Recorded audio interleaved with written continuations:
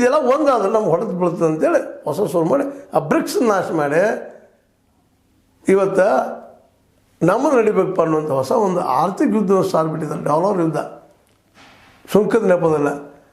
ಅದು ಇನ್ನಷ್ಟು ಈ ಬಡ ದೇಶಗಳನ್ನು ಸುಲಭ ತೊಗೊಂಡು ಹೋಗುವಂಥದ್ದು ಅಂತೇಳಿ ಅವ್ರು ಏನು ರೇಟ್ ಕಟ್ತಾರೆ ಅದ್ರ ಮೇಲೆ ಸುಂಕ, ಆ ಮತ್ತು ಬೇರೆ ಸುಂಕ ಎಷ್ಟಾಗೋದು ರೀ, ಎಷ್ಟಾಗೋದು ಅದು ದೊಡ್ಡ ಇಶ್ಯೂ ಮಾಡ್ತಾಯಿದ್ದಾರೆ. ಆ ಪಾಪ ಸುಂಕದಲ್ಲೇ ಒಂದಿಷ್ಟು ಜನ ಬದುಕ್ತಾ ಇದ್ರು ದೇಶಗಳು, ಬಡ ದೇಶಗಳು, ಅದನ್ನು ಬಂದ್ ಮಾಡ್ತಾಯಿದ್ದಾರೆ. ಅದರಲ್ಲೂ ಭಾರತವನ್ನು ಟಾರ್ಗೆಟ್ ಮಾಡ್ತಾಯಿದ್ದಾರೆ ನಮ್ಮ ಟ್ರಂಪ್. ಇದು ಎಷ್ಟು ಮಟ್ಟಿಗೆ ಸರಿ? ಚೈನಾ ಜೊತೆಗೂ ಯುದ್ಧ ಶುರುವಾಗಿದೆ ಈಗಾಗಲೇ. ಈಗ ಒಂದು ಹೊಸ ಪ್ಲಾನ್ ಏನು ಮಾಡಿದಪ್ಪ, ಈಗ ನಿಮ್ಮ ಹಲವು ಹೊಸ ಚರ್ಚೆ ಮಾಡಿದ್ದ ರಷ್ಯಾ ಜೊತೆಗೆ ಇದು ಮಾಡಿಕೊಂಡು ಜಗದ ಅತ್ಯಂತ ಬಲಿಷ್ಠ ದೇಶಗಳು ಒಂದು ಕಡೆ ಆದರೆ ಉಳಿದವ್ರು ಹೇಳಿದಂಗೆ ಕೇಳಬೇಕು. ಜಗದ ಡಿಕ್ಟೇಟರ್ಗಳು ಆಗಲಿಕ್ಕೆ ಹೊರಟಿದ್ದಾರೆ ಇವತ್ತು.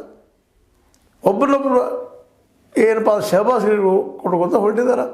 ಉಕ್ರೇನ್ ಜೊತೆಗಿನ ಯುದ್ಧವನ್ನು ನಿಲ್ಲಿಸೋದಕ್ಕೆ ಸಹಾಯ ಮಾಡಿದ್ರಿಂದ ರಷ್ಯಾ ಇವತ್ತು ಅವ್ರು ಕೃತಜ್ಞತೆ ಸಲ್ಲಿಸ್ತದೆ. ಉಕ್ರೇನ್ ಈ ಒಂದು ತಿಕ್ಕಾಟದಲ್ಲಿ, ಇಬ್ಬರ ತಿಕ್ಕಾಟದಲ್ಲಿ ಸೊರಗ್ತಾ ಇದೆ, ಅಲ್ಲಿ ದೇಶ ಜನ ಸಾಯ್ತಾ ಇದ್ದಾರೆ. ಇದೆಲ್ಲ ನೆಲೆಯಲ್ಲೇ ಈಗ ಏನಪ್ಪ ಅಂತಂದ್ರೆ ಟ್ರಂಪ್ ಅವರ ಈ ಹೊಸ ಅರ್ಥನೀತಿಯಿಂದಾಗೆ ನಮ್ಮೆಲ್ಲ ಥರ್ಡ್ ವರ್ಲ್ಡ್, ಮೂರನೇ ಜಗದ ದೇಶಗಳು, ಏಷ್ಯಾದ ದೇಶಗಳಾಗಿರ್ಬೋದು, ಆಫ್ರಿಕಾ ಖಂಡದ ದೇಶಗಳಾಗಿರ್ಬೋದು, ಎಲ್ಲರೂ ಒದ್ದಾಡ ಸ್ಥಿತಿಗೆ ಬಂದುಬಿಟ್ಟಿದ್ದಾರಂತ.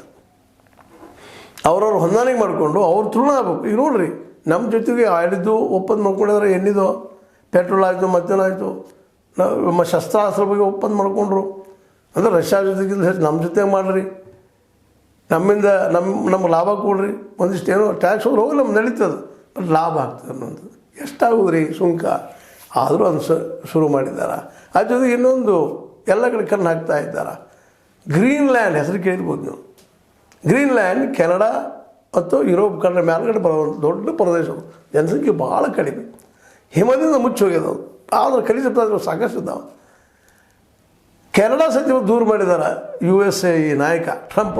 ಕೆನಡಾ, ಮೆಕ್ಸಿಕೋ ಎಲ್ಲ ದೇಶಕ್ಕೆ ದೂರ ಸಲ್ಲಿಸಿದ್ದಾರೆ. ಈ ಗ್ರೀನ್ಲ್ಯಾಂಡ್ ಜೊತೆ ಹೊಂದಾಣಿಕೆ ಮಾಡಿಕೊಂಡು ಒಪ್ಪಂದ ಮಾಡಿಕೊಂಡು ನೀವು ನಮ್ಮ ಜೊತೆಗೆ ವ್ಯಾಪಾರ ಮಾಡ್ತಾ ಹೋಗಿ, ನಿಮ್ಮನ್ನ ಶ್ರೀಮಂತರನ್ನ ಮಾಡ್ತೀವಿ ಅನ್ನೋದು ಮಾತು ಹೇಳ್ತಾ ಇದ್ದಾರೆ ಅವ್ರ ಮುಂದೆ. ಯಾಕೆ ಅಲ್ಲೇ ಖನಿಜ ಪದಾರ್ಥಗಳನ್ನ ಸಹಿತ ಅಲ್ಲಿ ಖುಲ್ಲಾ ಮಾಡಿ ಒಗೆಯುವಂಥ ಪರಿಸ್ಥಿತಿ, ಅಂಥ ಸ್ಥಿತಿ ತರುವಂಥದ್ದು ಒಂದು ನಿಧಾನಕ್ಕೆ ಅಂತ ತಮ್ಮೊಳಗೆ ತೊಗೊಳ್ಳುವಂಥದ್ದು. ಯಾಕೆಂದರೆ ಜನಸಂಖ್ಯೆ ಭಾಳ ಕಡಿಮೆ ಅದ, ಪ್ರದೇಶ ಸಾಕಷ್ಟು ಅದ. ಈಗ ನಿಮಗೆ ಹಿಂದಿನ ಎಪಿಸೋಡ್ ಚರ್ಚೆ ಮಾಡಿ